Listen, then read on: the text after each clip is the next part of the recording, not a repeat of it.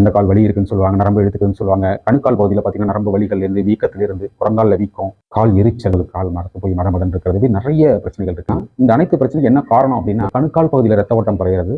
அதுக்கு அடுத்தது பார்த்தீங்கன்னா, சிறுநீரக கோளாறு அப்படின்னு எடுத்துக்கூடாது, செயல்திறன் குறையிறது அப்படி எடுத்துக்கணும். இதில் என்ன செஞ்சிருக்கணும், இதை ஒரு 5 நிமிடம் தான் வரும். ஒரு வேளைக்கு 5 நிமிடம், ஒரு நாளைக்கு 3 வேளை சாப்பிட்றதுக்கு முன்னாடியே பண்ணிடுங்களேன். கைகளை மூடிட்டு அப்படி இடுப்பில் பின்பக்கத்தில் கையை வச்சுக்கோங்க. ஏன்னா கிட்னியோட பகுதி அதை வச்சு கொஞ்சம் அழுத்திக்கோங்க. கைகளை அப்படியே வச்சுட்டு தான் செய்யணும்.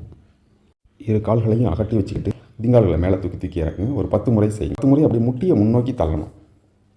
கீழே இறங்கி இறங்கி ஏறணும். முட்டி வந்து முன்னோக்கி வரணும். அது பாருங்க. அடுத்தது கால்களை கட்டவர்களை நெருக்கி வச்சு குதிங்கால்களை அகட்டி வச்சுக்கணும். இப்போ குதிங்காலில் தூக்கி தூக்கி இறக்குறீங்க. அடுத்தது 10 முறை முட்டி முன்னோக்கி மட்டுமே அப்படியே வரணும். அடுத்தது பாருங்கள், கால்களை வி மாதிரி வச்சுட்டு அதே மாதிரி குதிங்கால்களை மேல் நோக்கி தூக்கணும் 10 முறை. அப்படியே முட்டியை முன்னோக்கி தள்ளணும். முட்டி வெளியில் விரிஞ்சு போகிறதுக்கு ட்ரை பண்ணணும். அது விடா